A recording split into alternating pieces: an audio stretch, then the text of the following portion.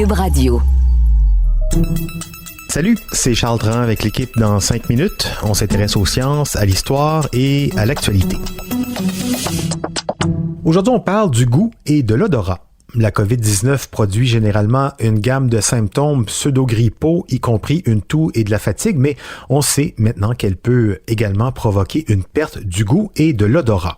Le goût et l'odorat peuvent revenir ou s'améliorer dans les 4 semaines suivant l'élimination du virus, mais il faut parfois des mois, de longs mois, pour que tout ça redevienne normal. Alors que faire? Là aussi, la recherche donne des résultats. Voici Élise Jeté. Pourquoi l'odorat et le goût sont affectés par la COVID? Ce n'est pas encore super clair.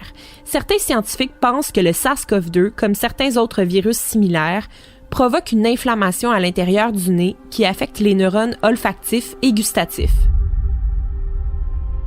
En fait, le virus qui cause la COVID-19 se fixe à nos protéines ACE2 et c'est de cette manière-là qu'il entre dans nos cellules.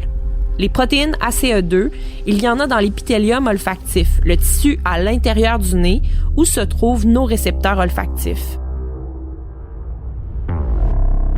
Une fois que le virus est entré dans ces cellules-là, il déclenche une inflammation. Les chercheurs pensent que c'est cette réaction inflammatoire qui fait perdre aux neurones olfactifs leurs cils, qui normalement capturent les molécules aromatiques de lavande, d'eucalyptus ou de bacon. Généralement, les cils repoussent une fois que l'infection disparaît et pour la plupart des gens, la perte d'odorat qu'on appelle anosmie dure environ 10 jours. Mais certaines personnes ne récupèrent pas complètement cette capacité pendant des mois et ça peut avoir des effets plus intenses sur leur santé mentale. Comme c'est le cas pour plusieurs données sur la COVID, qui est un virus qu'on ne connaît pas depuis assez longtemps, les statistiques sur la perte de goût et d'odorat liées à la COVID ne sont pas très précises. On dit que 40 à 85% des personnes atteintes de la maladie subissent à un moment ou à un autre une perte de ces sens-là. Le goût et l'odorat font partie intégrante de notre vie quotidienne, c'est donc très troublant de perdre ces sens-là. Lorsqu'une personne ne peut plus goûter ni sentir, elle peut subir des changements de poids corporel, par exemple, parce qu'elle n'apprécie plus vraiment les mêmes aliments qu'elle aimait auparavant. Au plus tard, 4 semaines après avoir attrapé la COVID, le goût et l'odorat reviennent. Donc, pour ne pas paniquer, on recommande de se rappeler souvent que c'est un état temporaire. Aussi, lorsqu'une personne ne peut plus goûter ou sentir correctement sa nourriture, on peut l'aider en prenant des mesures pour rendre les repas plus excitants. On peut par exemple choisir des plats avec une variété de couleurs et de textures en utilisant des herbes aromatiques et des épices pour des saveurs plus fortes, ajouter du fromage, des morceaux de bacon, de l'huile ou des noix grillées, tout ce qui va nous stimuler plus fortement les papilles. On peut aussi éviter les repas qui combinent de nombreux ingrédients. Quand on essaie progressivement de retrouver le goût, on aura plus de succès si on peut goûter, sentir et identifier des aliments de façon individuelle. Par exemple, je sens une sauce tomate, je goûte une sauce tomate, j'identifie que c'est une sauce tomate. Comme la pandémie nous a enlevé beaucoup de plaisir, celui de manger et donc de goûter est important pour nous. On a pu le faire chez nous même si on ne pouvait plus sortir ou vivre notre vie normale. Life Kitchen, une école de cuisine à but non lucratif, a été créée pour aider les personnes touchées par la COVID-19 qui souffrent d'anosmie.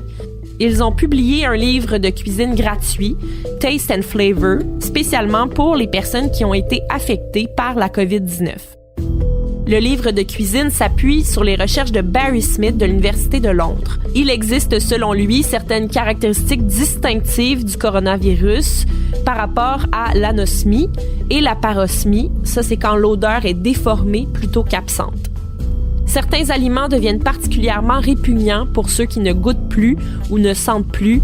La viande, les œufs, les oignons et l'ail sont de bons exemples.